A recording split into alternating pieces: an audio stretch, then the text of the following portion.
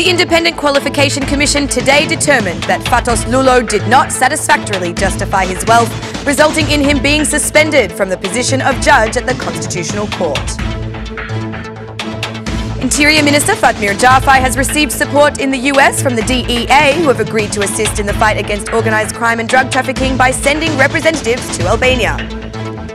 The municipality of Tirana formalised an agreement with the Japanese embassy today for the purpose of cleaning parks and maintaining green spaces across the city.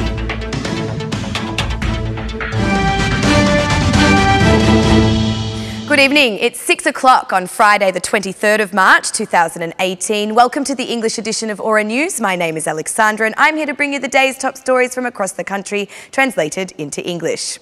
Fatos Lulo, a now former judge of the Constitutional Court, the highest justice body in the country, did not pass the vetting process and was dismissed today due to having made false declarations and concealing his wealth.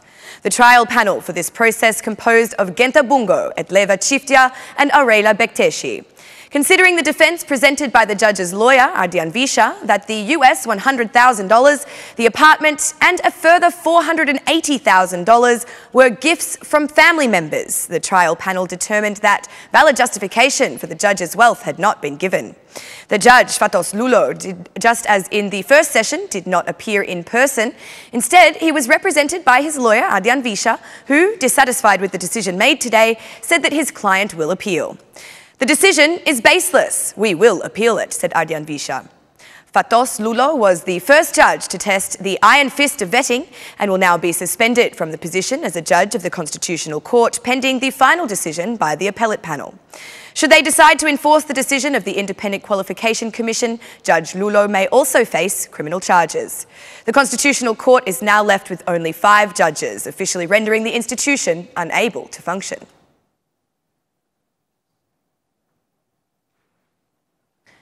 The decision by the Independent Qualification Commission to remove the Constitutional Court judge, Fatos Lulo, has created a somewhat dire situation within the institution that is concerning all sides of politics. Despite the speculation regarding the hole that has been left, politicians and their representatives are avoiding making public statements on the matter. Now, with fewer judges than required to allow the Constitutional Court to be fully operational, the debate begins as to how to fill such vacancies. Should it be the responsibility of the Council of Appointments in Justice? Will the new member be elected without having passed the vetting process? The only member of political ranks to speak out regarding the situation of the Constitutional Court was Deputy Head of the Socialist Movement for Integration, Luan Rama. He suggested that the crisis now created is not a matter of a lack of functioning for this particular institution, but the justice system as a whole. Luan Rama explained the situation by saying the justice system is in chaos due to the lack of forward thinking when the reform was drafted, suggesting that such situations should have been considered when creating the law and the provisions for such appointments clearly defined. Senior US officials gave support to Interior Minister Xhafaj regarding the fight against organised crime and justice reform. First, Xhafaj met with the DEA's Deputy Director, Anthony Williams. The minister stressed that the measures taken in 2017 made it possible to extract the country from the map of countries that cultivate cannabis. The minister demanded to increase the capacity of this office, having a dedicated officer for Albania, or by intensifying meetings and joint operations between the Albanian police and the DEA regional office in Greece. Williams congratulated the Albanian police on their efforts. The force of law operation is the best plan ever presented by our joint partners in the fight against drug trafficking. We are willing to further increase cooperation between our agency and law enforcement agencies in Albania. The seriousness of the government and you personally as Interior Minister in the fight against drugs and the results achieved are highly appreciated by us, declared Anthony Williams. Later, Xhafaj was received by Mr. Matthew Palmer, in charge of the Deputy Assistant of the Secretary of State for Europe and Eurasia. He praised the progress on justice reform. Concrete results in bringing to justice persons suspected of corruption, organised crime and illegal trafficking are concrete evidence of moving forward with the implementation of this reform. Our goal is to see Albania advance towards the EU, reiterated Palmer. Xhafaj presented to the US State Department official the priorities and objectives of the Ministry of Interior, focusing on the fight against organised crime, cannabis cultivation, corruption and so on.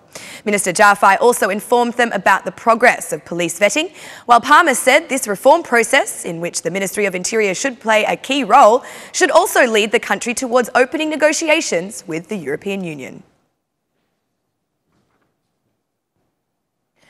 Women MPs, entrepreneurs and professors came together to share experiences and difficulties in their careers, as well as to raise their voice for the respect of their rights. President Ilir Mehta, invited to attend the Women in Public Service Forum, appealed to institutions to strengthen the social and economic status of women. Reform in public administration is of great importance, not just as a homework task for the EU integration process, but above all, it is a cornerstone in the creation of the rule of law, expressed Ilir Mehta. The former president of Kosovo, Atifete Yahyaga, shared her experience as a state leader and said that comprehensive policies are needed to guarantee a higher representation of women and girls in politics and economics. Women are not equally represented in the economic sector, politics, or really in any other area of public and social life, she stated. The Commissioner for Protection from Discrimination, Irma Baraku, also shared her views on the matter. Women and girls are more discriminated against, both in work and in society, said Irma Baraku. The women and girls in attendance emphasised during their speeches at the forum that their empowerment would be translated into the empowerment of the family and of society as a whole.